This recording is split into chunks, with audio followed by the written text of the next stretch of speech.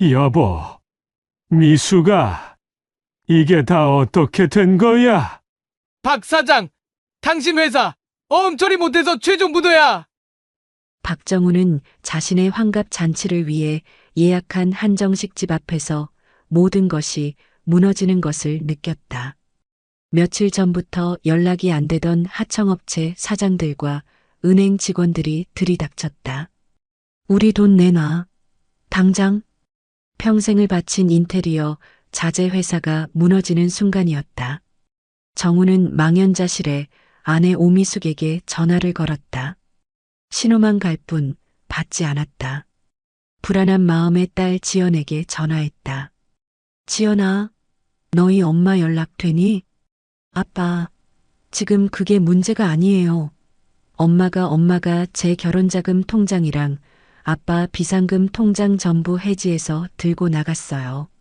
정훈의 머릿속이 하얘졌다. 그 순간 정훈의 폰으로 문자 한 통이 도착했다. 믿었던 부하 직원 김영철 실장이었다. 사장님, 그동안 감사했습니다. 오 여사님은 제가 잘 모시겠습니다. 찾지 마십시오. 사진 한 장이 함께 전송되었다. 공항 라운지였다. 아내 미숙이 김 실장의 어깨에 다정하게 기댄 채 정훈이 환갑 선물로 사주려 했던 명품 스카프를 두르고 환하게 웃고 있었다. 정훈은 그 자리에서 거친 숨을 몰아쉬며 쓰러졌다. 이 일이 벌어지기 불과 한 달 전까지만 해도 박정훈의 인생은 평범하고 안정적이었다. 아니, 적어도 그렇게 보였다. 오전 6시 30분. 정훈은 언제나처럼 알람보다 먼저 눈을 떴다. 30년간 몸에 밴 습관이었다. 옆자리에는 미숙이 새근거리며 자고 있었다. 정훈은 조심스럽게 이불을 덮어주고 침대에서 일어났다. 거실을 지나 주방으로 향했다. 믹스커피를 한 잔 타서 베란다로 나갔다. 경기도 외곽의 아파트 베란다에서 내려다 보이는 새벽 풍경은 고요했다. 정훈은 따뜻한 커피를 한 모금 마시며 오늘 할 일들을 머릿속으로 정리했다. 회사 창고에 들어올 자재 확인, 오전에 만날 거래처, 사장과의 미팅, 그리고 오후에는 김영철 실장이 말한 그 대형 건설라 계약건. 김 실장은 이번 계약이 성사되면 회사가 한 단계 더 도약할 수 있다고 장담했었다. 여보, 벌써 일어났어? 뒤에서 미숙의 목소리가 들렸다. 정훈이 고개를 돌리자 잠옷 차림의 미숙이 머리를 헝클어진 채 서 있었다. 응, 오늘 일찍 나가야 해서. 맨날 그렇게 일만 하면 어떡해. 혈압약은 챙겨 먹었어? 아직. 지금 먹으려고. 미숙이 정훈의 커피잔을 받아들고 주방으로 들어갔다. 곧 약봉지를 들고 나왔다. 자, 물이랑 같이 먹어. 요새 얼굴이 왜 이렇게 피곤해 보이는지 몰라. 괜찮아. 다음 달이면 내 환갑이잖아. 그때까지만 좀 바쁘면 돼. 미숙의 얼굴에 잠깐 이상한 표정이 스쳤다. 하지만 정훈은 그걸 알아차리지 못했다. 환갑 말이야, 내가 생각해둔 게 있는데. 뭔데? 리마인드 웨딩 같은 거 하면 어떨까 싶어서. 우리 결혼할 때 제대로 못했잖아. 그때는 돈도 없고 해서 사진관에서 간단하게만 찍었는데. 미숙의 눈이 반짝였다. 정말? 진짜 그럴 거야? 그럼. 평생 고생만 시켰는데 그 정도는 해줘야지. 그리고 유럽 여행도 가자. 내가 가고 싶다던 프랑스, 이탈리아. 여보. 미숙이 정훈의 팔을 붙잡았다. 그 순간만큼은 진심으로 기뻐하는 것 같았다. 아침 7시 40분. 정훈은 깔끔하게 정장을 입고 회사로 향했다. 경기도 외곽 공단 지역에 위치한 그의 회사 정훈종합자재는 30년 전 정훈이 맨손으로 시작한 곳이었다. 처음에는 작은 창고 하나로 시작했다. 인테리어 자재를 납품하는 일이었다. 새벽같이 일어나 자재를 실어 나르고 밤늦게까지 거래처를 돌아다니며 영업을 했다. 손에 굳은 살이 박이고 허리가 휘어지도록 일했다. 지연이가 태어났을 때도 병원비가 없어서 친척들에게 돈을 빌렸었다. 미숙은 그때 많이 울었다. 아이 기저귀 값도 제대로 못 벌어오는 남편을 보며 한숨을 쉬었다. 하지만 정우는 포기하지 않았다. 성실하게 정직하게 일했다. 거래처와의 약속은 반드시 지켰고 자재의 질은 절대 타협하지 않았다. 그렇게 조금씩 회사는 커졌다. 지금은 직원이 15명, 연 매출 30억 정도 되는 중견기업이 되었다. 대단한 건 아니지만 정훈에게는 자랑스러운 성과였다. 사장님, 안녕하십니까? 회사 문을 열고 들어서자 김영철 실장이 환하게 웃으며 다가왔다. 40대 중반의 김 실장은 10년 전 정훈의 회사에 입사했다. 영업에 능했고 말주변이 좋았다. 정훈은 그를 믿고 중요한 일들을 맡겼다. 영철 씨, 오늘 그 건설사 미팅 준비는 다 됐나? 물론입니다, 사장님. 제가 완벽하게 준비했습니다. 이번 계약만 따내면 우리 회사 앞으로 3년은 먹고 들어갑니다. 그래. 근데 계약금이 좀 크다고 했지? 예, 성계약금으로 2억이 필요합니다. 하지만 걱정 마십시오. 계약만 성사되면 수익이 10억은 넘습니다. 정우는 고개를 끄덕였다. 2억이라는 돈이 부담스럽긴 했지만 김 실장을 믿었다. 그동안 그가 따온 계약들은 대부분 성공적이었으니까. 알았네. 그럼 오늘 은행 가서 대출 절차 밟아야겠군. 네, 제가 서류 다 준비해뒀습니다. 사장님은 도장만 찍으시면 됩니다. 오전 10시, 정우는 김 실장과 함께 은행을 찾았다. 대출 상담을 하는 동안 김 실장은 매끄럽게 설명했다. 정우는 서류를 대충 훑어보고 도장을 찍었다. 사장님, 이 서류에도 한 번만 더 찍어 주십시오. 이건 뭔가? 연대보증 관련 서류입니다. 형식적인 거예요. 정우는 별 의심 없이 도장을 찍었다. 30년 동안 사업을 하며 수없이 찍어온 도장이었다. 하지만 이번 도장이 그의 인생을 송두리째 바꿔놓을 줄은 꿈에도 몰랐다. 점심시간. 정우는 회사 근처 국밥집에서 혼자 식사를 했다. 김 실장은 거래처 미팅이 있다며 먼저 나갔다. 정우는 뜨끈한 국밥을 떠먹으며 문득 아내 생각이 났다. 요즘 미숙의 표정이 이상했다. 예전처럼 밝지 않았다. 무슨 고민이 있는 것 같기도 했다. 혹시 건강이 안 좋은 건 아닐까? 환갑 지나면 건강검진 한번 같이 받아야겠다고 생각했다. 정우는 핸드폰을 꺼내 미숙에게 문자를 보냈다. 점심 먹었어? 저녁에 일찍 들어갈게. 외식할까? 몇 분 뒤 답장이 왔다. 아니, 괜찮아. 집에서 먹자. 피곤할 텐데. 정우는 미소 지었다. 30년을 같이 산 아내였다. 투덜대고 잔소리할 때도 많았지만 결국 자신을 걱정해주는 사람이었다. 오후 3시, 정우는 사무실에서 거래처 사장과 통화를 하고 있었다. 그때 회계를 맡고 있던 조경란 씨가 조심스럽게 사무실 문을 두드렸다. 사장님, 잠깐 여쭤볼 게 있는데요. 그래, 뭔가? 오늘 은행에서 대출받은 돈이 회사 계좌로 입금됐는데 김 실장님이 바로 다른 계좌로 이체하셨더라고요. 그게 맞는 건가요? 정우는 잠시 멈칫했다.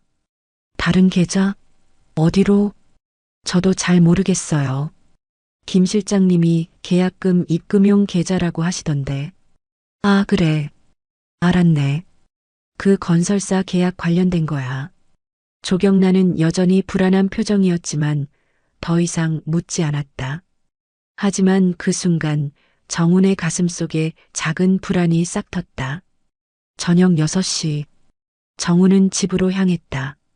차 안에서 라디오를 들으며 운전하는데 문득 김 실장에게 전화를 걸고 싶어졌다. 영철 씨, 나야. 오늘 계약금 입금은 잘 처리한 거지? 네, 사장님. 걱정 마십시오. 다 처리했습니다. 그래, 그럼 됐네. 그 건설사 담당자한테도 확인 연락 갔고? 당연하죠. 내일 오전에 최종 서류 사인하러 갑니다. 알았네. 수고했어. 전화를 끊고 나서도 왠지 마음이 편치 않았다. 하지만 정우는 그 불안을 애써 떨쳐냈다. 김 실장을 믿어야 한다고 10년을 함께 일한 사람인데 의심하면 안 된다고 스스로를 다독였다. 집에 도착하자 미숙이 저녁을 차려놓고 있었다. 된장찌개와 제육볶음, 그리고 김치. 정훈이 좋아하는 메뉴들이었다. 왔어? 응. 맛있겠다. 두 사람은 마주 앉아 저녁을 먹었다. 대화는 많지 않았다. 30년을 함께 산 부부의 익숙한 침묵이었다. 지연이는 요즘 어떻게 지내나? 잘 지내지 뭐. 회사 일이 바쁘다고 하던데. 그래. 우리 딸 참 대견해. 혼자서도 잘 살아가고. 미숙이 젓가락질을 멈추고 정훈을 바라봤다. 여보. 왜? 아니, 그냥. 미숙은 무언가 말하려다 멈췄다. 정훈은 그 표정을 보며 다시 한번 이상함을 느꼈다. 하지만 물어보지 않았다. 물어봐도 대답하지 않을 것 같았다. 그날 밤 정훈은 침대에 누워 천장을 바라봤다. 옆에서 미숙이 자는 숨소리가 들렸다. 내일이면 환갑까지 딱 한 달이 남는다. 인생 60년. 길다면 긴 세월이었다. 정훈은 눈을 감았다. 그리고 생각했다. 앞으로 10년만 더 일하면 회사를 정리하고 조용히 은퇴할 수 있을 것이다. 그때는 미숙이랑 시골에 작은 집이라도 하나 사서 텃밭이나 가꾸며 살면 좋겠다고. 하지만 그런 평범한 꿈이 이루어질 수 없다는 것을 정우는 아직 몰랐다. 다음 날 아침, 정우는 평소보다 일찍 일어났다. 오늘은 김 실장이 건설사와 최종 계약을 맺는 날이었다. 기분 좋게 출근하려던 찰나 핸드폰이 울렸다. 사장님, 저 경란인데요. 큰일 났어요. 조경란의 목소리가 떨리고 있었다. 무슨 일인가? 어제 거래처 사장님들이 전화하셨는데 우리 회사 어음이 부도 직전이래요. 은행에서도 연락 왔어요. 정훈의 머릿속이 하얘졌다. 뭐, 그게 무슨 소리야? 어음은 다 처리했는데? 그게 처리가 안 됐나 봐요. 김 실장님이 처리한다고 하셨는데. 영철이는 지금 어디 있나? 연락이 안 돼요, 사장님. 아침부터 계속 전화하는데 꺼져 있어요. 정우는 급하게 옷을 입고 회사로 향했다. 차를 몰면서도 손이 떨렸다. 김 실장에게 수없이 전화를 걸었지만 계속 꺼져 있었다. 회사에 도착하자 이미 몇몇 거래처 사장들이 와 있었다. 그들의 얼굴은 험악했다. 박 사장, 당신 도대체 뭐 하는 거야? 우리 돈은 언제 줄 건데? 잠깐만, 지금 확인 중이니까. 확인은 무슨, 벌써 몇 달째야. 어음도 부도나고. 정우는 은행에 전화를 걸었다. 담당 직원의 목소리는 차갑했다. 박 사장님, 회사 계좌에 돈이 하나도 없습니다. 어제 대출 받으신 2억도 전부 인출되셨고요. 뭐라고요? 그건 내가 인출한 게 아닌데요. 서류상으로는 사장님 명의로 되어 있습니다. 정우는 그제야 깨달았다. 어제 김 실장이 찍으라고 한 도장들.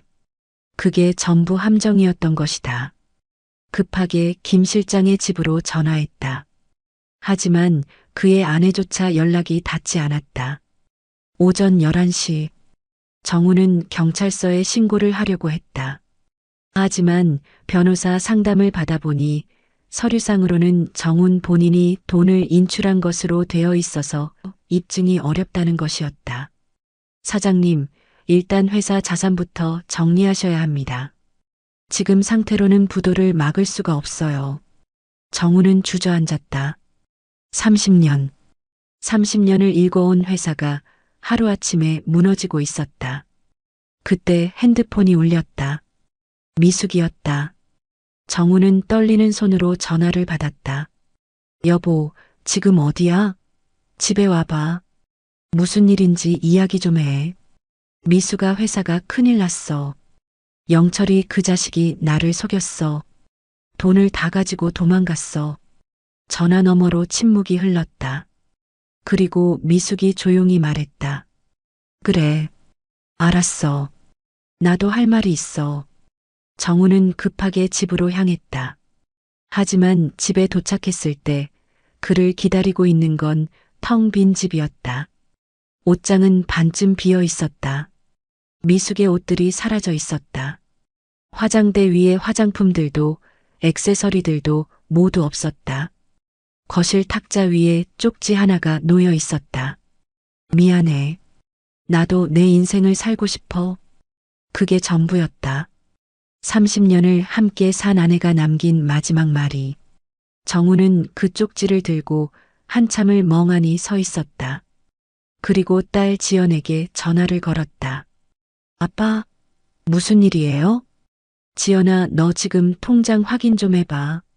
통장이요? 왜요? 그냥 확인해봐. 아빠가 내 결혼자금 넣어둔 통장. 잠시 후 지연의 비명이 들렸다. 아빠, 이게 뭐예요? 통장이 해지됐어요. 돈이 하나도 없어요. 정훈의 눈앞이 캄캄해졌다. 엄마가 그랬구나. 엄마가요? 엄마가 왜 제 돈을? 지연아, 지금 아빠가 있는 대로 와. 설명해 줄게. 1시간 후 지연이 집에 도착했다. 딸의 얼굴을 본 순간 정우는 참았던 눈물이 터져 나올 것 같았다. 하지만 꾹 참았다. 딸 앞에서만큼은 무너지면 안 됐다. 아빠, 도대체 무슨 일이에요? 정우는 모든 것을 설명했다. 회사가 부도난 것, 김 실장이 도망간 것, 그리고 미숙이 떠난 것. 지연은 처음에는 믿을 수 없다는 표정이었다. 하지만 점점 현실을 받아들이며 분노로 얼굴이 붉어졌다. 엄마가 어떻게 그럴 수가 있어요? 제 결혼자금까지 훔쳐가다니. 미안하다, 지연아. 아빠가 잘못 봤어. 사람을 잘못 믿었어. 아니에요, 아빠. 아빠 잘못이 아니에요. 지연이 정훈을 끌어안았다. 그제야 정훈은 참았던 눈물을 흘렸다. 60평생 살면서 이렇게 무너진 적이 없었다. 그날 저녁 정훈은 예약해 놓았던 한정식 집에 전화를 걸어 환갑 잔치를 취소했다. 사장이 안타까워하며 취소 수수료는 받지 않겠다고 했지만 그게 위로가 되지 않았다. 밤이 되었다. 정우는 지연의 원룸에 잠시 머물기로 했다. 좁은 방에 둘이 있으니 숨이 막힐 것 같았지만 갈 곳이 없었다. 아빠, 괜찮으세요? 그래, 괜찮아. 너 내일 출근해야 하니까 일찍 자거라. 하지만 정우는 잠들 수 없었다. 천장을 바라보며 지난 30년을 되돌아봤다. 무엇이 잘못되었을까? 어디서부터 어긋난 걸까? 새벽 2시 정훈의 핸드폰에 문자가 한 통 도착했다. 김 실장이었다. 사진과 함께였다. 공항 라운지였다. 미숙이 김 실장의 어깨에 기대어 웃고 있었다. 그리고 정훈이 환갑 선물로 사주려고 백화점에 예약까지 해놨던 바로 그 명품 스카프를 두르고 있었다. 문자에는 짧게 적혀 있었다. 사장님, 그동안 감사했습니다. 오 여사님은 제가 잘 모시겠습니다. 찾지 마십시오. 정우는 핸드폰을 떨어뜨렸다. 손이 부들부들 떨렸다. 가슴이 조여오며 숨을 쉴 수가 없었다. 아빠, 아빠. 지연이 놀라 달려왔다. 정우는 가슴을 부여잡고 쓰러졌다. 응급실의 차가운 형광등 불빛이 정훈의 눈을 따갑게 했다. 의사는 심근경색 초기 증상이라고 했다. 스트레스가 극심했던 탓이었다. 보호자분 계십니까? 간호사가 물었다. 지연이 고개를 끄덕였다. 딸입니다. 환자분 혈압이 많이 높으세요. 당분간 안정이 필요하고 스트레스를 최대한 피하셔야 합니다. 심장에 무리가 가면 정말 위험합니다. 지연은 병상에 누운 아버지를 바라봤다. 하루 만에 10년은 늙어 보였다. 헬쑥한 얼굴, 움푹 꺼진 눈. 평생 가족을 위해 일만 했던 아버지가 이렇게 무너지는 모습을 보니 가슴이 찢어지는 것 같았다. 아빠, 괜찮으세요? 정우는 힘없이 웃었다. 응, 미안하다. 딸한테 폐만 끼치네. 무슨 말씀을 그렇게 하세요? 저 아빠 딸이잖아요. 사흘간 입원했다. 그동안 정훈의 상황은 더욱 악화되었다. 은행에서는 대출금 상환 독촉이 들어왔고 거래처 사장들은 매일같이 전화로 돈을 내놓으라고 협박했다. 회사 건물과 집은 곧 경매로 넘어갈 예정이었다. 변호사는 파산 신청을 하라고 권했지만 그러면 평생 신용불량자로 살아야 했다. 아빠, 우선 제 원룸에서 지내세요. 제가 알아볼게요. 아니다. 너한테 이 이상 폐는 끼칠 수 없어. 아빠. 지연아, 아빠는 괜찮아. 나 혼자 있을 곳 찾을 수 있어. 너는 내 생활이나 잘해. 퇴원한 날 정우는 지연의 원룸에서 짐을 챙겼다. 달랑 가방 하나. 그게 60년 인생의 전부였다. 아빠, 진짜 가시는 거예요? 그래. 아빠 연락할 곳 있으니까 걱정 마. 사실 아무 데도 없었다. 하지만 딸에게 걱정을 끼치고 싶지 않았다. 정훈이 향한 곳은 시내의 한 찜질방이었다. 10,000원이면 하루를 보낼 수 있었다. 사우나도 하고 찜질방에서 잠도 잘 수 있었다. 찜질방 로비에 들어서자 특유의 습한 공기가 코를 찔렀다. 카운터에서 10,000원을 내고 열쇠를 받았다. 어서 오세요. 편히 쉬다 가세요. 직원은 기계적으로 인사했다. 정우는 고개를 숙이고 안으로 들어갔다. 탈의실에서 옷을 벗고 찜질복으로 갈아입었다. 거울에 비친 자신의 모습이 낯설었다. 언제 이렇게 초라해졌을까? 사우나에 들어가 뜨거운 물로 온몸을 씻었다.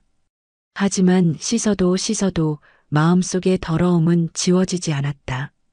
찜질방 대청에는 사람들이 가득했다. 가족 단위로 온 사람들, 친구들끼리 온 젊은이들, 그리고 정훈처럼 갈 곳 없는 사람들. 정훈은 구석자리에 자리를 잡았다. 벽에 기대어 눈을 감았다. 귀에서는 텔레비전 소리, 아이들 웃음소리, 사람들의 대화 소리가 뒤섞여 들렸다. 이 아저씨, 여기 자주 오시나 봐요. 옆자리에서 중년 남자가 말을 걸었다. 정우는 눈을 뜨고 그를 바라봤다. 50대 후반쯤 되어 보이는 남자였다. 처음입니다. 그래요? 근데 표정이 예사롭지 않으시네. 무슨 일 있으세요? 아니요, 별일 아닙니다. 그러시군요.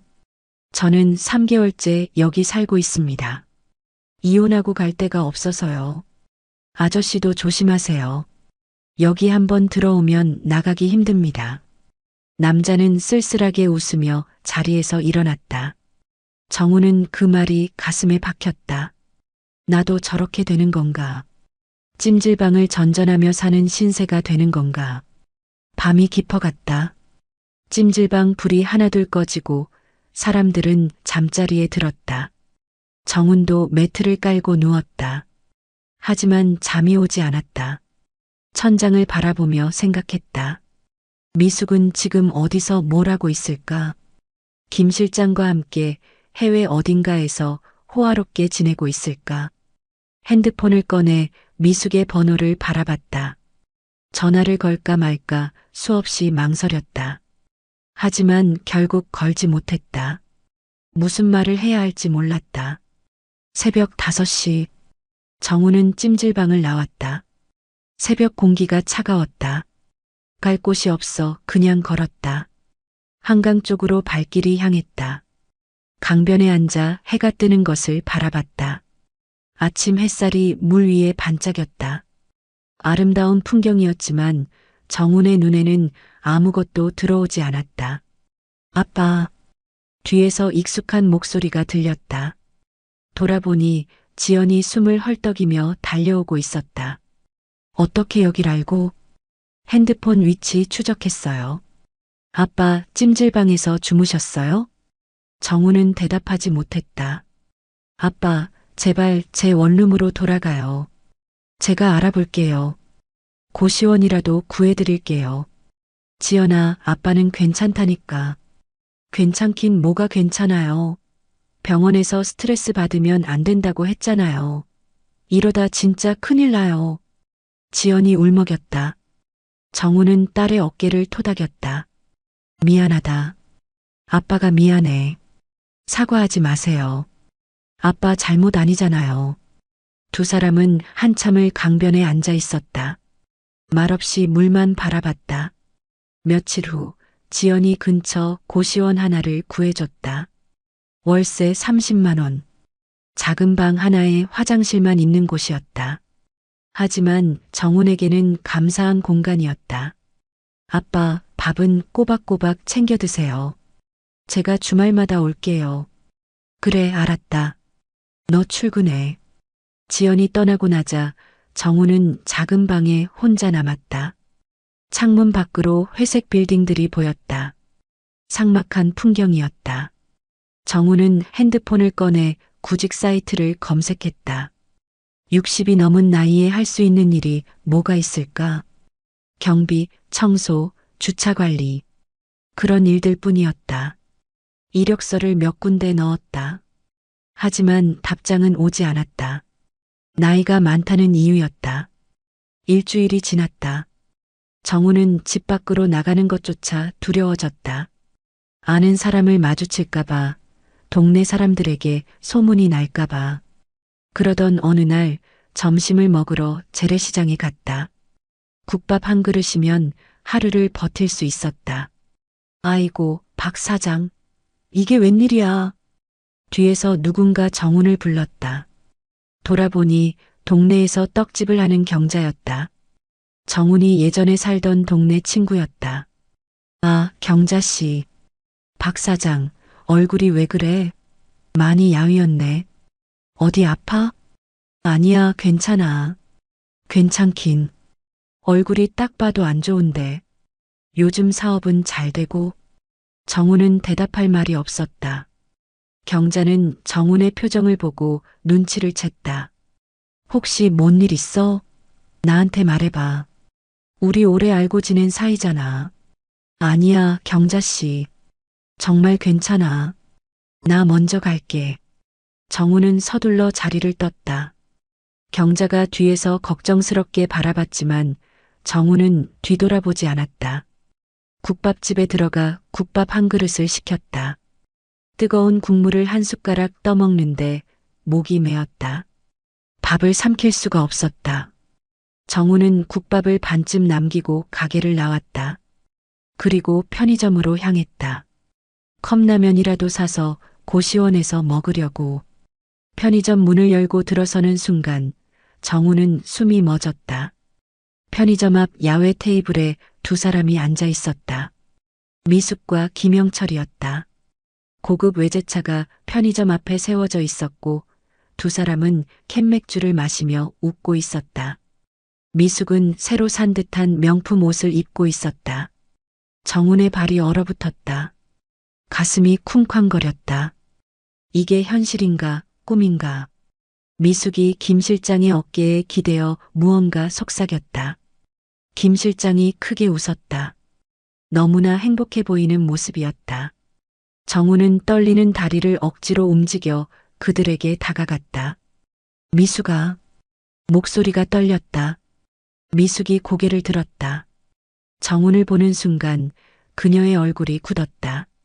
당신 어떻게 이럴 수가 있어? 정훈의 목소리는 간신히 나왔다. 미숙은 정훈의 남루한 차림을 위에서 아래로 훑어봤다. 그리고 경멸의 눈빛으로 쏘아봤다. 누추하게 왜 이래? 사람 망신시키지 말고 꺼져. 뭐라고? 미수가 정신 차려. 우리 30년을 같이 살았잖아. 지연이는? 우리 딸은 어떻게 하고? 김영철이 비웃으며 일어났다. 사장님, 아직도 상황 파악이 안 되십니까? 이제 오 여사님은 제 사람입니다. 더 이상 귀찮게 하지 마십시오. 김영철이 정훈을 밀쳤다. 정훈이 비틀거렸다. 이 사람들아, 내가 평생 모은 돈을 내 딸 혼수금까지 훔쳐가서 이렇게 쓰는 거야. 주변 사람들이 쳐다보기 시작했다. 미숙의 얼굴이 붉어졌다. 시끄러워. 당신이 무능해서 그렇게 된 거잖아.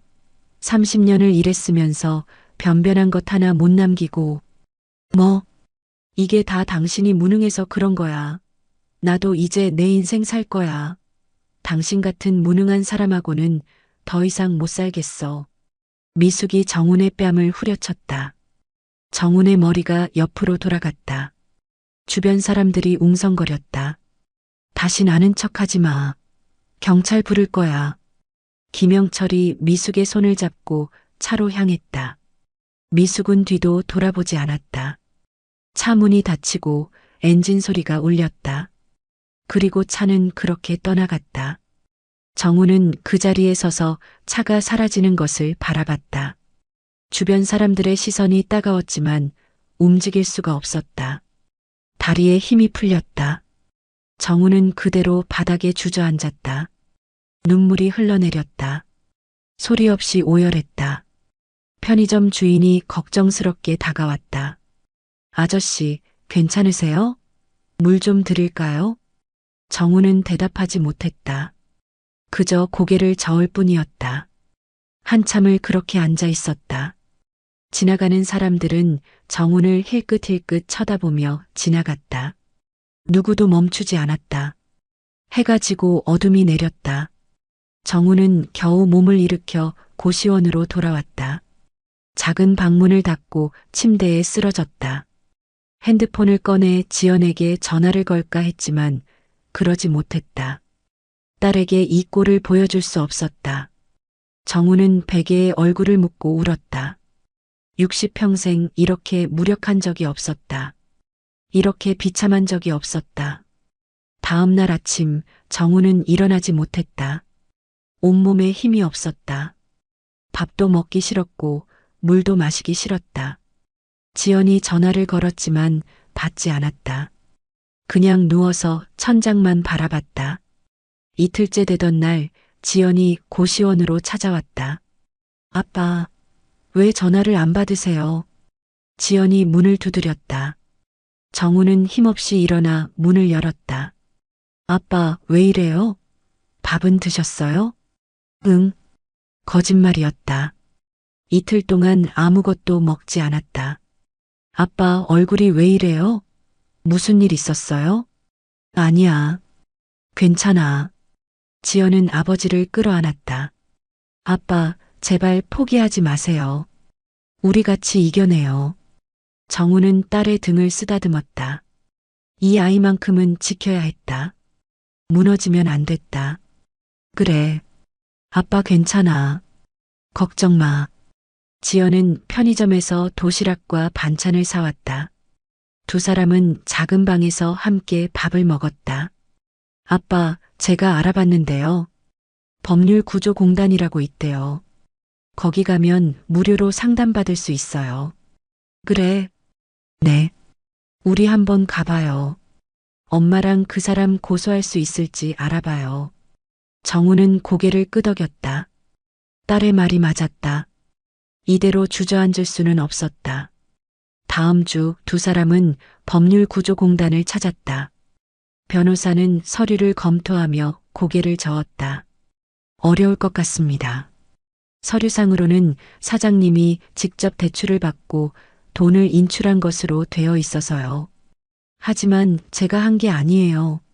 김영철이 속인 겁니다. 그걸 입증할 증거가 있으십니까? 정훈은 말문이 막혔다. 일단 회사 내부 자료들을 최대한 모아보세요. 그리고 김영철 씨가 평소에 어떻게 업무를 처리했는지 증언해줄 사람을 찾으셔야 합니다. 정훈과 지연은 허탈한 마음으로 공단을 나왔다. 아빠, 회사에 아직 남아있는 직원들 있지 않아요? 다들 떠났어. 월급도 못 줬으니까. 그래도 격리 담당하시던 분은요? 조경란 씨요? 정훈은 고개를 끄덕였다. 경란 씨, 그 사람이라면 혹시 모르지. 찾아봐요. 분명히 뭔가 알고 있을 거예요. 희망이 보이기 시작했다. 작은 희망이었지만 정훈은 그것에 매달렸다. 그날 밤 정훈은 조경란에게 전화를 걸었다. 한참 만에 전화가 연결됐다. 사장님? 경란 씨 나야. 미안한데 한번 만날 수 있을까? 조경란은 잠시 망설이다 대답했다. 알겠습니다. 언제 어디서 만날까요? 내일 점심때 동네 공원에서 보자. 조용한 데가 좋을 것 같아서. 네, 알겠습니다. 전화를 끊고 나서 정훈은 처음으로 작은 희망을 느꼈다. 조경란이라면 분명 뭔가 알고 있을 것이다. 다음 날 정훈과 지연은 공원 벤치에서 조경란을 기다렸다. 오후 1시 조경란이 나타났다. 그녀의 얼굴은 불안해 보였다. 사장님, 지연 씨, 경란 씨 앉아요. 세 사람은 벤치에 앉았다. 조경란은 주변을 두리번거리며 불안해했다. 사장님, 저 김 실장님한테 협박받았어요. 만약 경찰이나 사장님한테 말하면 저도 공범으로 고소하겠다고. 경란 씨는 아무 잘못 없어. 내가 보증할게. 조경란의 눈에 눈물이 맺혔다. 사장님 정말 죄송해요. 제가 좀 더 일찍 말씀드렸어야 했는데. 괜찮아. 그보다 혹시 증거 같은 거 가지고 있나? 조경란은 떨리는 손으로 가방에서 USB 하나를 꺼냈다. 이게 뭔가요? 지연이 물었다. 회사 비밀 장부예요. 김 실장님이 몰래 빼돌린 자금 내역이 다 들어있어요. 정훈의 눈이 커졌다. 정말인가? 네. 그리고 사모님이 사장님 인감을 훔쳐서 김 실장님한테 준 것도 알고 있어요. 제가 그 현장을 봤거든요. 정훈의 가슴이 철렁 내려앉았다. 미숙이가 직접? 네. 죄송합니다, 사장님. 조경란이 고개를 숙였다.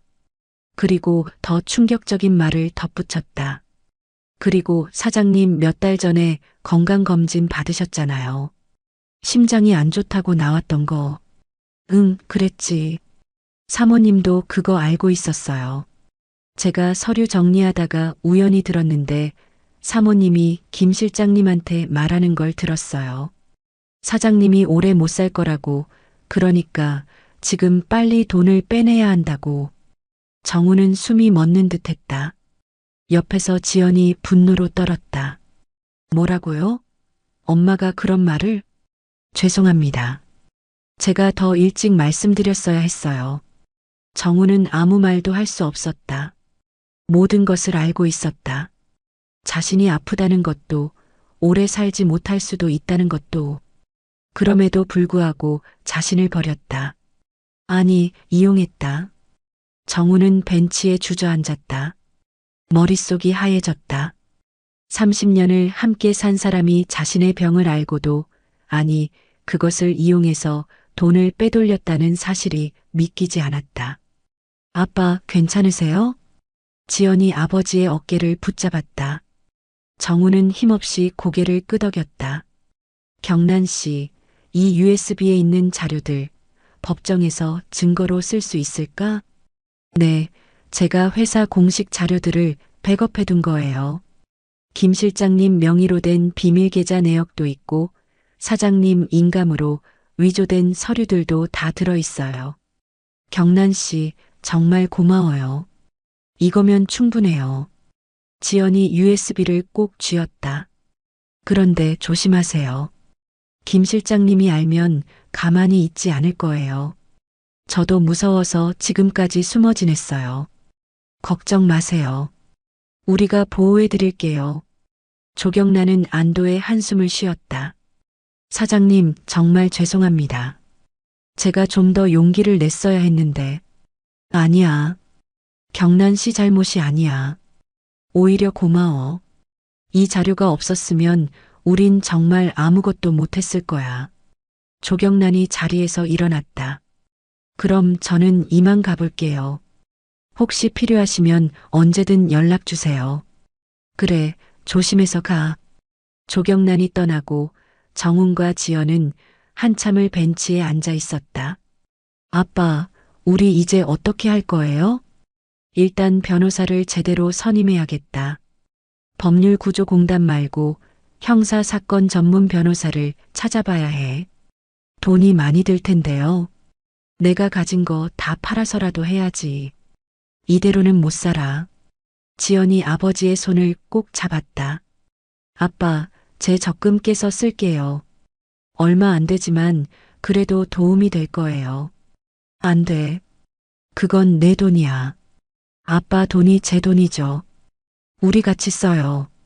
정훈의 눈시울이 붉어졌다. 이렇게 훌륭한 딸을 둔 것이 그나마 위안이었다. 다음 날 두 사람은 형사 전문 변호사 사무실을 찾았다. 지연이 인터넷으로 검색해서 찾은 곳이었다. 사무실은 강남 한복판에 있었다. 어서 오십시오. 박정훈 사장님 맞으시죠?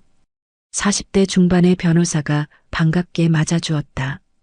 이름은 강민호 변호사였다. 네, 전화로 말씀드린 사람입니다. 자리에 앉으시죠. 자세한 이야기를 들어봐야겠습니다. 정우는 처음부터 끝까지 모든 상황을 설명했다.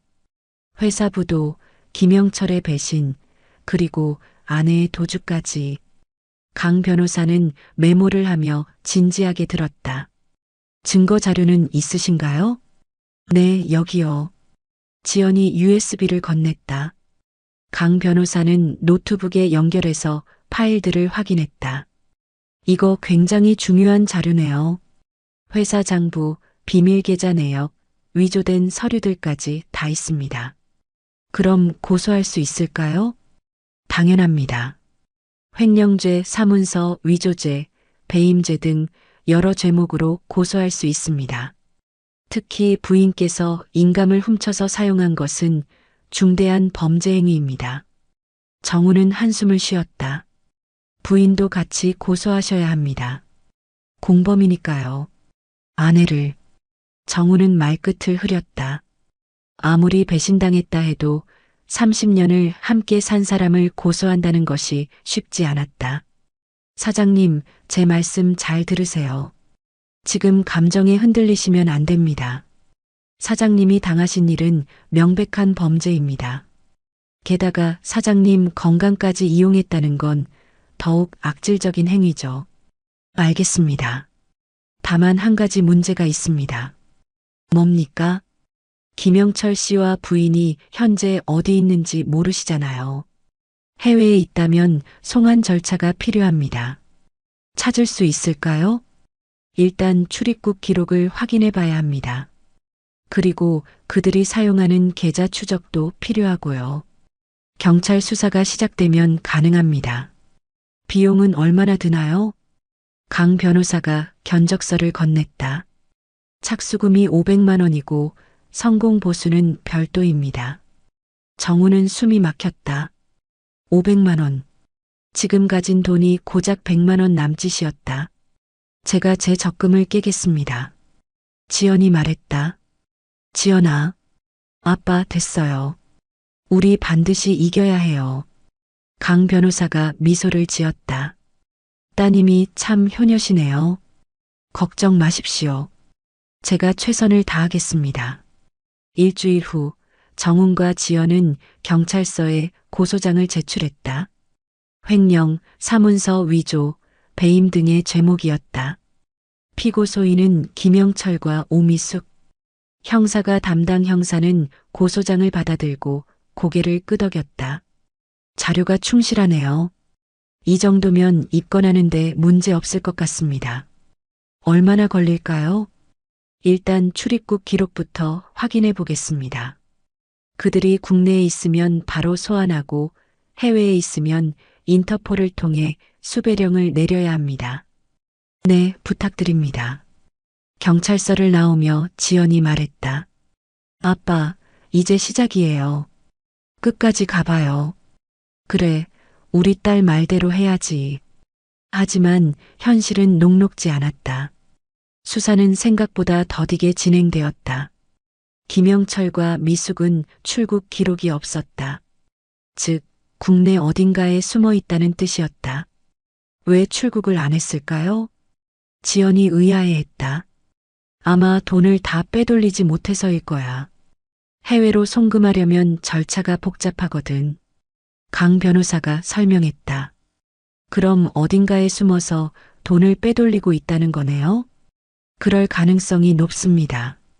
하지만 걱정 마세요. 계좌 추적을 하면 찾을 수 있습니다. 한 달이 지났다.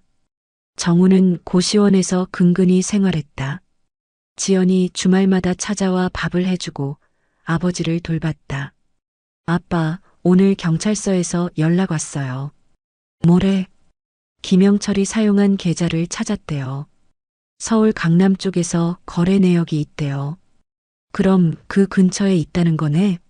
네, 경찰이 추적 중이래요. 희망이 보이기 시작했다. 정우는 다시 힘을 냈다. 하지만 그 무렵 정훈의 건강이 다시 악화되었다. 어느 날 아침 심한 가슴 통증으로 쓰러졌다. 다행히 지연이 주말에 와 있어서 바로 병원으로 옮길 수 있었다. 사장님, 심장이 많이 안 좋으십니다. 스트레스를 절대 받으시면 안 돼요. 이대로 가다간 정말 위험합니다. 의사의 말에 지연이 울었다. 아빠, 제발 건강 챙기세요. 저 혼자 남으면 어떡해요. 괜찮아. 아빠 안 죽어. 정우는 웃으며 딸을 안심시켰다. 하지만 가슴속 깊은 곳에서는 불안이 커져갔다. 퇴원 후 정우는 더욱 조심스럽게 생활했다. 약을 빠짐없이 먹고 무리하지 않으려 노력했다. 그러던 어느 날 경찰서에서 연락이 왔다. 박 사장님, 김영철과 오미숙을 찾았습니다. 정말입니까? 네, 강남의 한 오피스텔에 숨어 있었습니다. 내일 소환할 예정입니다. 정우는 전화를 끊고 주저앉았다. 드디어 그들을 찾았다. 다음 날 정훈과 지연은 경찰서로 갔다. 조사실 앞에서 기다리고 있었다. 문이 열리고 김영철이 나왔다. 경찰의 안내를 받으며 걷는 모습이 초라했다. 예전에 당당하던 모습은 온데간데 없었다. 김영철이 정훈을 보자 고개를 숙였다. 사장님, 입 닥쳐. 내가 할 말은 법정에서 해. 정훈은 차갑게 말했다. 김영철은 아무 말도 하지 못하고 끌려갔다. 이어서 미숙이 나왔다. 그녀는 정훈과 지연을 보자 얼굴을 돌렸다. 엄마. 지연이 소리쳤다. 미숙이 멈칫했지만 여전히 돌아보지 않았다. 엄마, 나 지연이야. 돌아봐요. 미숙의 어깨가 떨렸다. 하지만 끝내 돌아보지 않고 조사실로 들어갔다. 지연이 울음을 터뜨렸다. 저 사람이 어떻게 우리 엄마일 수가 있어요. 어떻게? 정훈이 딸을 끌어안았다. 울지 마. 이제 다 끝날 거야. 조사는 하루 종일 이어졌다. 저녁이 되어서야 담당 형사가 나왔다. 박 사장님, 두 사람 다 혐의를 인정했습니다. 특히 조경란 씨가 제공한 자료가 결정적이었습니다. 구속됩니까? 네, 내일 영장 청구할 예정입니다. 증거가 확실하니까 기각될 일은 없을 겁니다. 정우는 안도의 한숨을 쉬었다. 감사합니다. 고생하셨습니다. 앞으로 재판 절차가 남았지만 걱정하지 마십시오. 경찰서를 나오며 지연이 말했다. 아빠, 이제 좀 숨통이 트이네요. 그래. 하지만 아직 끝난 게 아니야. 재판에서 이겨야 해. 이길 거예요. 우리가 진실이잖아요. 한 달 후 1차 공판이 열렸다. 법정에는 정훈과 지연, 강민호 변호사가 출석했다. 피고인석에는 김영철과 미숙이 수갑을 찬 채 앉아 있었다. 재판장이 입장했다. 피고인 김영철, 오미숙. 두 사람은 특정경제범죄 가중처벌법상 횡령죄, 사문서, 위조죄 등으로 기소되었습니다. 먼저 검사 측 주장을 듣겠습니다. 검사가 일어나 기소 내용을 낭독했다. 피고인 김영철은 피해자 박정훈의 신임을 이용하여 회사 자금 2억 원을 횡령했습니다. 또한 피고인 오미숙은 남편의 인감을 절취하여 위조 서류를 작성하는 데 협조했습니다. 재판장이 피고인들을 바라봤다. 피고인들, 인정합니까? 김영철이 고개를 숙였다. 인정합니다. 미숙도 작은 목소리로 대답했다. 인정합니다. 재판장이 고개를 끄덕였다. 증인 신문을 시작하겠습니다. 먼저 조경란 씨를 증인으로 신청합니다. 조경란이 증인석에 섰다. 떨리는 목소리로 증언을 시작했다. 저는 피해자의 회사에서 격리로 일했습니다. 김영철 실장이 회사 돈을 빼돌리는 것을 목격했고 오미숙 씨가 사장님의 인감을 훔쳐서 김 실장에게 준 것도 봤습니다. 확실합니까? 네, 확실합니다. 제가 직접 봤습니다. 검사가 증거 자료를 제출했다. 이것은 피고인들이 사용한 비밀 계좌 내역입니다. 피해자의 회사에서 빼돌린 돈이 이 계좌로 입금된 것을 확인할 수 있습니다. 재판장이 서류를 검토했다. 명백한 범죄 행위로 보입니다. 피고인 측 변호인 할 말 있습니까? 김영철의 변호사가 일어났다. 피고인은 깊이 반성하고 있습니다. 피해자에게 용서를 구하고 싶다고 합니다. 정훈은 피식 웃었다. 이제 와서 용서라니. 재판은 2시간 동안 계속되었다. 증거조사, 증인 신문 등이 이어졌다. 마지막으로 재판장이 피고인들에게 최후 진술 기회를 주었다. 김영철이 일어나 정훈을 바라봤다. 사장님, 정말 죄송합니다. 변명의 여지가 없습니다. 미숙도 떨리는 목소리로 말했다. 여보, 미안해. 내가 정말 잘못했어. 하지만 정훈은 그들을 바라보지도 않았다. 지연이 아버지의 손을 꼭 잡았다. 재판이 끝나고 법정을 나오는데 미숙이 정훈을 불렀다. 여보, 정훈 씨. 정훈이 멈춰섰다. 미숙이 다가왔다. 나 한 번만 용서해줘. 제발. 용서? 정훈이 차갑게 웃었다. 30년을 속이고 내 건강까지 이용하고 내 딸 혼수금까지 훔쳐간 당신을 용서하라고? 미안해. 내가 정말 미쳤었어. 다시는 안 그럴게. 이제 와서 소용없어. 법이 판단할 거야. 정훈은 돌아서서 걸어갔다. 미숙이 뒤에서 울부짖었지만 정훈은 뒤돌아보지 않았다. 법원을 나오며 지연이 말했다. 아빠 잘하셨어요. 저 사람들 용서해 줄 필요 없어요. 그래. 이제 판결만 기다리면 돼. 한 달 후 선고 공판이 열렸다. 재판장이 판결문을 낭독했다. 피고인 김영철, 징역 5년. 피고인 오미숙, 징역 3년. 두 사람은 연대하여 피해자에게 2억 원을 배상할 것. 망치 소리가 법정에 울렸다. 정훈은 눈을 감았다. 끝났다. 드디어 끝났다.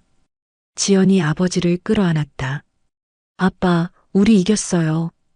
그래, 이겼다. 하지만 정훈의 마음은 편하지 않았다.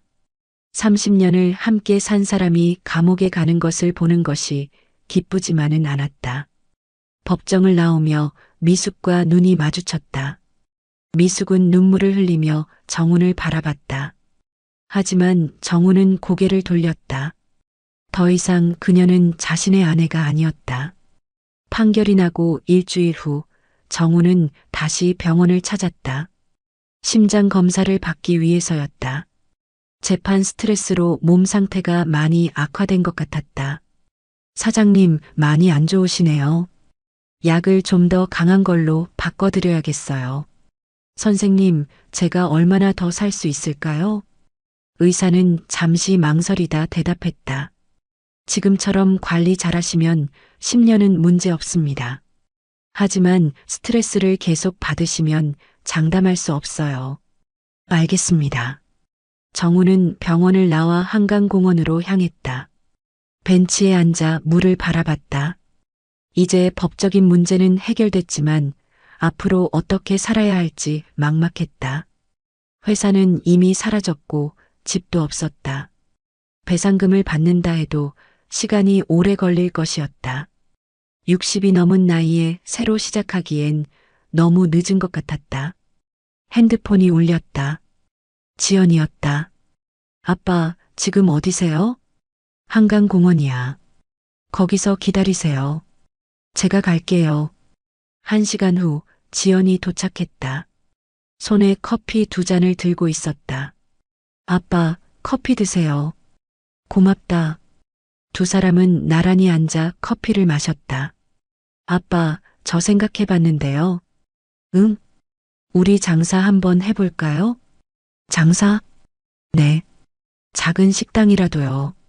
아빠 옛날에 국밥 장사 해보고 싶다고 하셨잖아요. 정우는 옛날 일을 떠올렸다. 젊었을 때 막노동을 하던 시절, 새벽에 먹던 따끈한 국밥이 참 맛있었다. 언젠가 은퇴하면 국밥집을 해보고 싶다고 생각한 적이 있었다. 돈이 어디 있니? 제가 적금 조금 남은 거랑 아빠 배상금 받으시면 합치면 작은 식당은 차릴 수 있을 것 같아요. 너 결혼은? 결혼은 나중에 해도 되죠. 지금은 아빠랑 같이 일하고 싶어요. 정훈의 눈시울이 붉어졌다. 고맙다, 지연아. 정말 고맙다. 아빠, 우리 다시 시작해요. 이번엔 정말 행복하게 살아요. 그날부터 두 사람은 준비를 시작했다. 먼저 배상금이 나올 때까지 지연이 일하면서 돈을 모았다. 정우는 국밥 만드는 법을 배우러 다녔다. 한편 감옥에 수감된 김영철과 미숙의 상황은 달랐다. 김영철은 같은 방 수감자들에게 계속 괴롭힘을 당했다. 사기꾼이라는 낙인이 찍혀서였다. 야, 김영철. 너밖에 돈 숨겨놨다며? 아니에요. 다 압류당했어요. 거짓말하지 마. 너 같은 놈들은 다 빼돌려 놓잖아. 김영철은 고개를 숙일 뿐이었다. 미숙은 여자 교도소에 수감되었다. 처음 며칠은 울기만 했다. 자신이 어떻게 이렇게 됐는지 믿을 수 없었다. 새로 들어온 사람, 오미숙이지? 감방 선배들이 미숙을 불렀다. 네. 남편 돈 훔쳐서 들어왔다며? 참 대단하네. 죄송합니다. 죄송하긴. 여기서는 다 같은 죄인이야. 적응해. 미숙은 매일 밤 울면서 지난 날을 후회했다. 정훈의 얼굴이, 지연의 얼굴이 떠올랐다. 왜 그렇게 욕심을 부렸을까? 왜 김영철의 말에 넘어갔을까? 한편 김영철은 교도소에서 다른 수감자로부터 충격적인 소식을 들었다. 야, 김영철. 너밖에 여자 있었다며? 무슨 소리예요? 신문에 났어. 너 애인이 너 돈 다 챙겨서 도망갔다고. 김영철의 얼굴이 하얗게 질렸다. 뭐라고요? 교도관에게 부탁해서 신문을 구해봤다. 사회면에 작은 기사가 실려 있었다. 횡령범 김영철의 숨겨둔 비자금, 내연녀가 챙겨 잠적. 기사 내용은 충격적이었다. 김영철이 몰래 만나던 20대 여자 박선미가 김영철이 숨겨둔 돈을 모두 챙겨서 사라졌다는 것이었다. 김영철은 그 자리에서 주저앉았다. 5억 원. 자신이 마지막까지 숨겨둔 돈이었다. 출소하면 그 돈으로 새로 시작하려 했는데. 하하, 이게 천벌이지. 남돈 빼먹은 놈이 또 당했네. 주변 수감자들이 비웃었다. 김영철은 아무 말도 할 수 없었다. 며칠 후 미숙도 그 소식을 들었다. 교도소 안에서도 소문은 빠르게 퍼졌다. 오미숙, 너 남자 다른 여자한테 당했다며? 뭐요? 몰랐어?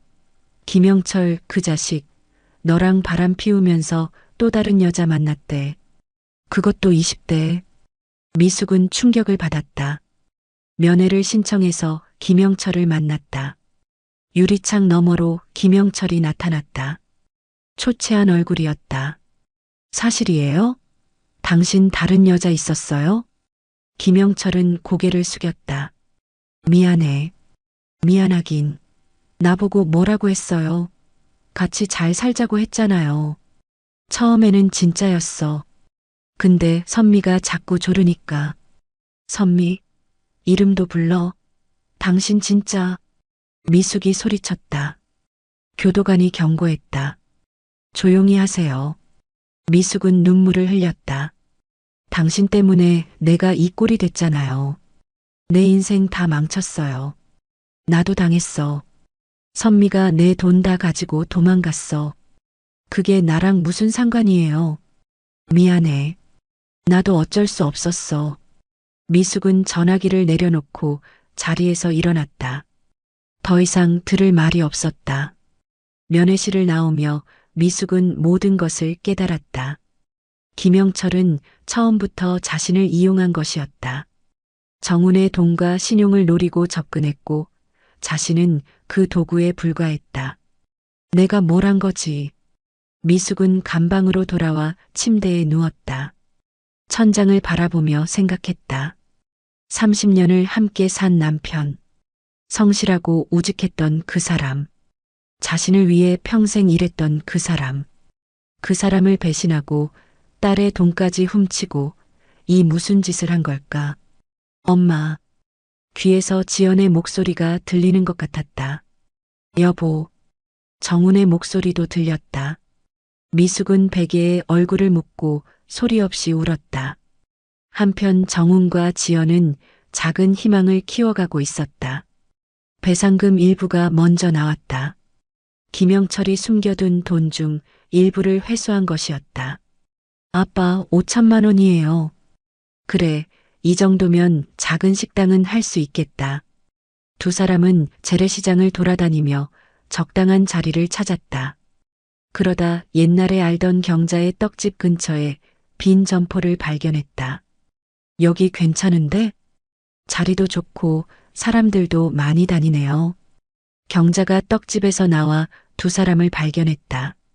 아이고, 박 사장. 지연이도 왔네. 경자 씨, 오랜만이야. 여기 뭐하러 왔어? 혹시 장사할 생각이야? 응, 작은 국밥집 하나 차리려고. 그래, 잘 됐네.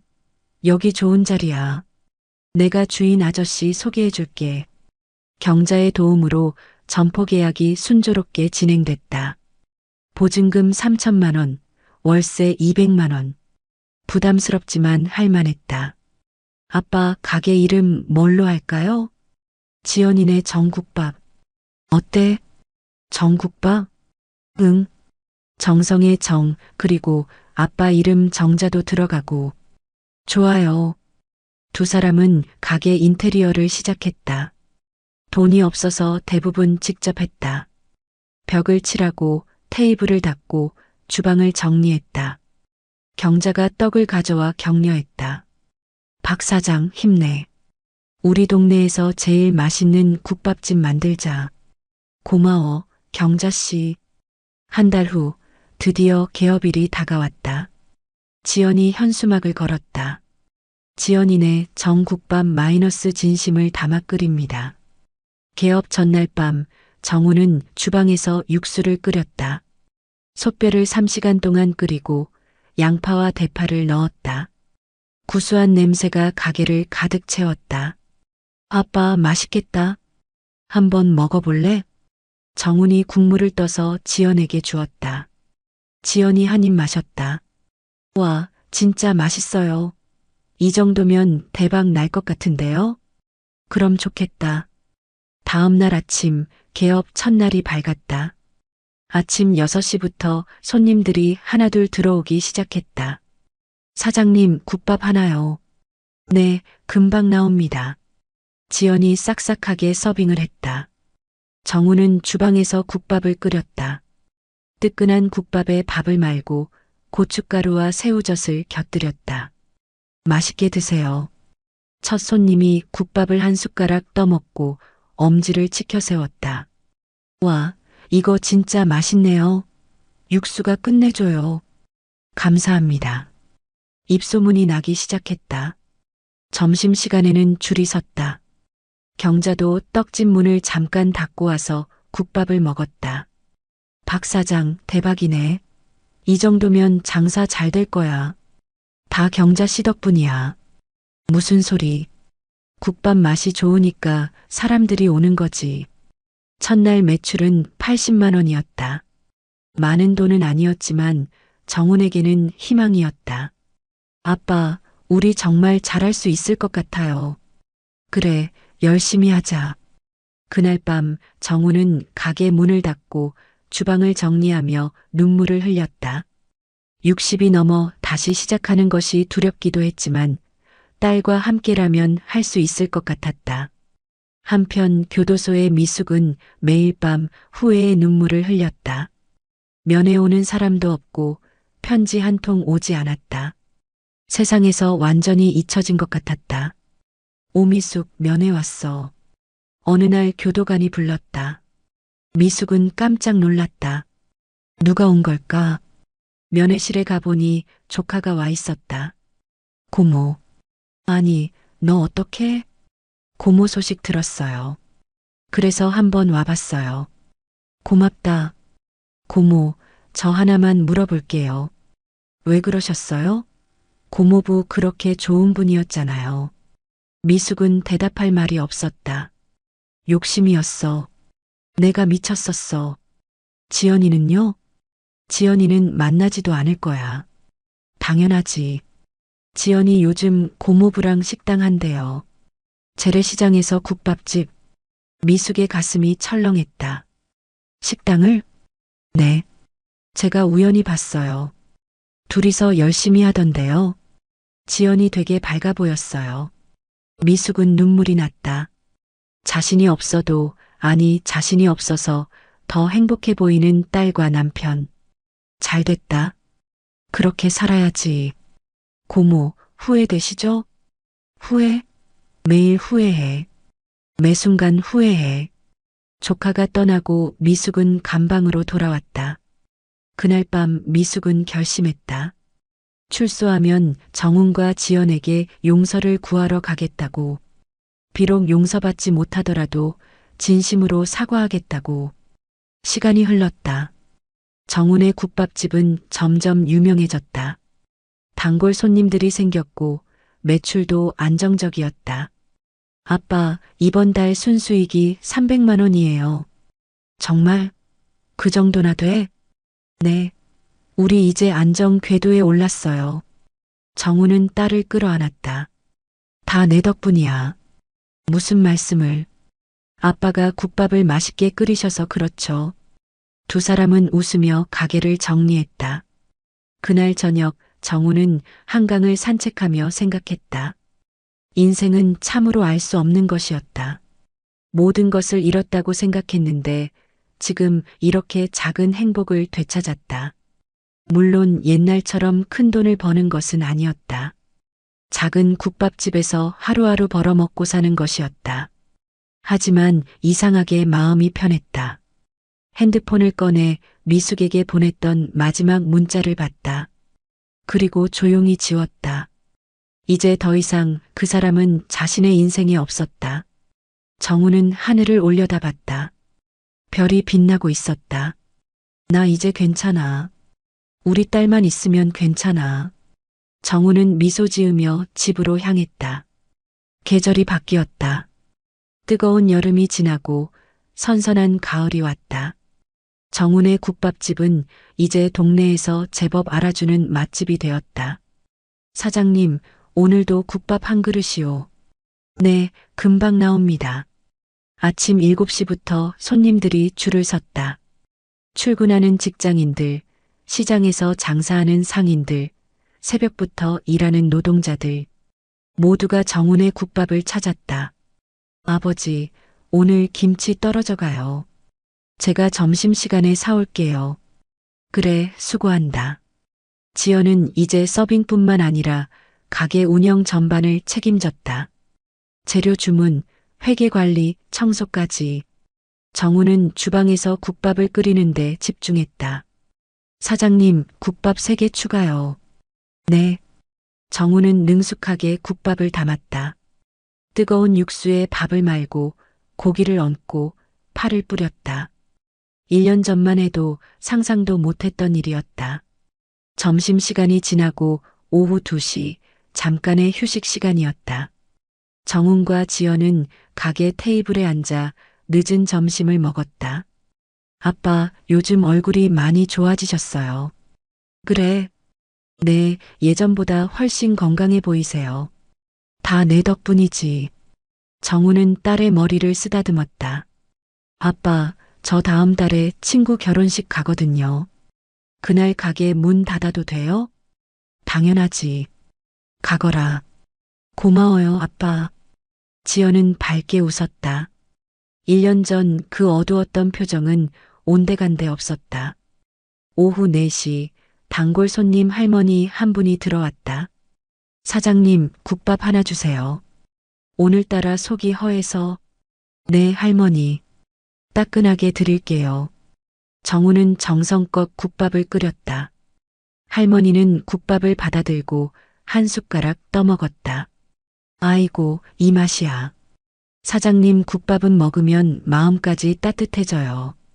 감사합니다. 사장님, 따님이랑 둘이서 하시는 거 보면 참 보기 좋아요. 요즘 같은 세상에 부녀가 저렇게 잘 지내는 게 어디 있어요. 정우는 쓸쓸하게 웃었다. 할머니는 그 뒤의 이야기를 몰랐다. 아내가 돈을 들고 도망갔다는 것도, 모든 것을 잃었다는 것도, 그냥 우리 둘이 열심히 사는 거죠.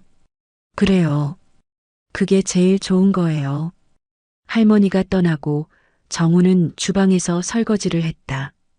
따뜻한 물에 그릇을 담그며 지난 1년을 돌아봤다. 많은 것을 잃었다.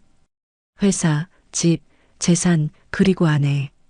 하지만 얻은 것도 있었다.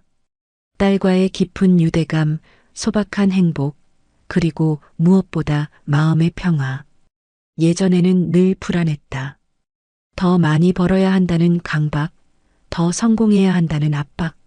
하지만 지금은 달랐다. 하루하루 열심히 일하고 손님들에게 맛있는 국밥을 대접하는 것만으로도 충분했다. 저녁 6시, 저녁 장사가 시작되었다. 퇴근길 직장인들이 하나둘 들어왔다. 사장님, 소주도 팔아요? 네, 있습니다. 그럼 국밥이랑 소주 한 병이요. 정우는 국밥과 소주를 내왔다. 손님은 소주잔을 기울이며 국밥을 먹었다. 아, 이 맛이야. 하루 피로가 싹 풀리네요. 맛있게 드세요. 그 모습을 보며 정우는 뿌듯함을 느꼈다. 자신이 만든 음식으로 누군가를 행복하게 만든다는 것. 그것이 이 일의 가장 큰 보람이었다. 밤 9시 마지막 손님이 떠나고 정훈과 지연은 가게 정리를 시작했다. 아빠, 오늘 매출 괜찮았어요. 90만 원 나왔어요. 그래, 잘 됐네. 요즘 꾸준히 잘 되고 있어요. 이러다 내년에는 가게 하나 더 낼 수도 있겠어요. 천천히 하자. 욕심내지 말고. 정우는 딸의 어깨를 토닥였다. 욕심. 그것이 모든 화근의 시작이었다는 것을 이제는 알았다. 한편 교도소의 미숙은 출소일을 한 달 앞두고 있었다. 3년형을 받았지만 모범수로 지내서 6개월 일찍 나오게 된 것이었다. 오미숙 나가면 뭐 할 거야? 같은 방 수감자가 물었다. 모르겠어. 일단 딸한테 사과하러 가야지. 용서해 줄까? 모르겠어. 안 해줘도 당연하지. 그래도 가봐야 해. 미숙은 매일 밤 정훈과 지연을 떠올렸다. 꿈에서도 그들이 나왔다. 미안하다고 용서해달라고 외치지만 그들은 뒤도 돌아보지 않았다. 출소 일주일 전 미숙은 교도소 상담사와 면담을 했다. 나가서 무슨 일 하실 계획이세요? 일단 식당 같은 데서 설거지라도 해야죠. 제 나이에 뭘 할 수 있겠어요. 가족은요? 가족은 없어요. 제가 다 버렸죠. 상담사가 안타까운 표정을 지었다. 그래도 다시 시작하세요. 아직 늦지 않았어요. 고맙습니다. 드디어 출소일이 다가왔다. 2년 6개월. 길다면 긴 시간이었다. 미숙은 교도소 정문을 나서며 깊은 숨을 들이마셨다. 자유의 공기였다. 하지만 전혀 기쁘지 않았다. 갈 곳도 돌아갈 집도 없었다. 주머니에는 출소 지원금 몇십만 원이 전부였다. 미숙은 지하철을 타고 옛날에 살던 동네로 향했다. 동네는 많이 변해 있었다. 새로운 건물들이 들어서고 낯선 가게들이 생겼다. 미숙은 천천히 걸으며 주변을 둘러봤다. 재래시장에 도착했다. 옛날에 자주 장을 보러 오던 곳이었다. 미숙은 시장 골목을 걷다가 한 가게 앞에서 멈춰섰다. 지연이네 정국밥. 간판이 눈에 들어왔다. 미숙의 가슴이 철렁했다. 설마 저기가. 가게 안을 들여다봤다. 정훈이 주방에서 국밥을 끓이고 있었다. 1년 전보다 더 야위었지만 표정은 편안해 보였다. 지연이 싹싹하게 서빙을 하고 있었다. 미숙은 가게 안으로 들어갈 용기가 나지 않았다. 그저 밖에서 그들을 바라볼 뿐이었다. 손님들이 웃으며 국밥을 먹고 정훈과 지연이 바쁘게 움직이는 모습. 그 풍경이 미숙에게는 너무나 낯설었다. 자신이 없어도 저렇게 잘 살아가고 있었다. 눈물이 흘러내렸다. 미숙은 가게에서 멀어졌다. 가슴이 미어지는 것 같았다. 며칠 후 미숙은 식당에서 설거지 일을 구했다. 하루 8시간 일하고 7만 원을 받았다. 고시원에서 지내며 근근히 생활했다. 밤마다 정훈과 지연이 생각났다. 가서 사과하고 싶었지만 용기가 나지 않았다. 어떤 말로 사과해야 할지 몰랐다. 한 달이 지났다. 어느 추운 겨울날 저녁이었다. 미숙은 일을 마치고 고시원으로 돌아가는 길에 다시 재래시장을 지나갔다. 습관처럼 정훈의 가게 앞으로 발길이 향했다. 마감 시간이 가까워서인지 손님이 별로 없었다. 미숙은 가게 밖에서 망설였다. 들어갈까 말까? 수없이 망설였지만 결국 들어가지 못했다. 그때 가게 안에서 지연이 나왔다. 쓰레기를 버리러 나오는 길이었다. 두 사람의 눈이 마주쳤다. 엄마. 지연이 깜짝 놀라 멈춰섰다. 지연아. 미숙의 목소리가 떨렸다. 여기서 뭐해요? 그냥 지나가다가. 출소하셨어요? 응, 일주일 전에. 침묵이 흘렀다. 지연은 복잡한 표정으로 미숙을 바라봤다. 잘 지냈어요? 응, 잘 지냈어. 아빠는요? 안에 계세요. 미숙은 가게 안을 힐끗 쳐다봤다. 정훈이 주방에서 설거지를 하고 있었다. 지연아. 나 한마디만. 뭐요? 미안해. 정말 미안해. 엄마가 정신이 나갔었어. 지연의 눈시울이 붉어졌다. 이제 와서 무슨 소용이에요. 다 지난 일인데. 알아. 그래도 꼭 하고 싶었어. 미안하다고. 저 들어갈게요. 지연이 돌아서서 가게로 들어갔다. 미숙은 그 뒷모습을 바라보며 눈물을 흘렸다. 가게 안에서 지연이 정훈에게 무언가 말하는 것이 보였다. 정훈이 밖을 내다봤다. 미숙과 눈이 마주쳤다. 정훈은 잠시 미숙을 바라보다가 다시 고개를 돌렸다. 그리고 주방으로 들어갔다. 미숙은 그 자리에 서서 한참을 울었다. 추운 겨울바람이 뺨을 때렸지만 움직일 수가 없었다. 가게 불이 하나둘 꺼졌다. 마감 시간이었다. 미숙은 돌아서려 했다. 하지만 발이 떨어지지 않았다. 그때 가게 문이 열렸다. 정훈이 나왔다. 손에 국밥 한 그릇을 들고 있었다. 정훈은 미숙에게 다가와 가게 앞 평상에 국밥을 툭 내려놓았다. 먹어. 여보. 여보라고 부르지 마. 이제 남이야. 정훈의 목소리는 차갑고 단호했다. 미안해. 정말 미안해. 미숙이 울먹이며 말했다. 미안하다고 다 되는 줄 알아? 내 딸 혼수금까지 훔쳐간 당신을 내가 어떻게 용서해? 알아. 내가 잘못했어. 내가 미쳤었어. 용서한 거 아니야. 그냥 불쌍해서 주는 거야. 다신 찾아오지 마. 정우는 돌아서서 가게로 들어갔다. 그리고 문을 닫았다. 미숙은 차가운 평상에 주저앉았다. 앞에 놓인 뜨거운 국밥을 보며 서럽게 울음을 터뜨렸다. 소리내어 울었다. 지나가는 사람들이 쳐다봤지만 미숙은 신경 쓰지 않았다. 국밥에서 김이 모락모락 피어올랐다. 미숙은 떨리는 손으로 숟가락을 들었다. 국물을 한 숟가락 떠먹었다. 따뜻했다. 그리고 구수했다. 정훈의 맛이었다. 30년을 함께 살면서 먹었던 그 맛. 미숙은 국밥을 먹으며 계속 울었다. 눈물이 국밥에 뚝뚝 떨어졌다.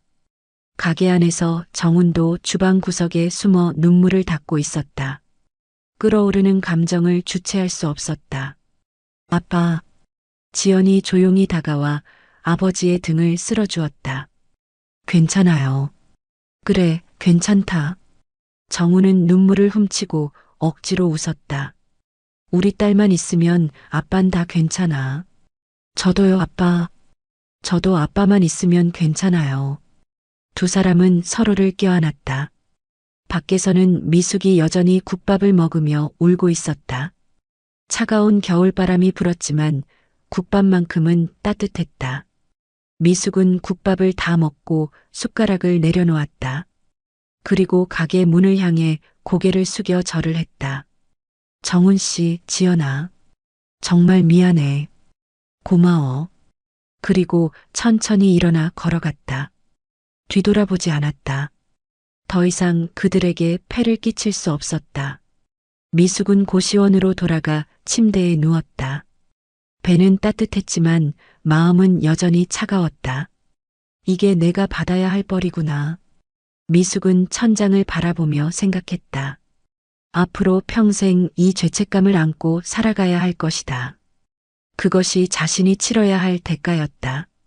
한편 정훈의 가게는 평온한 일상으로 돌아갔다.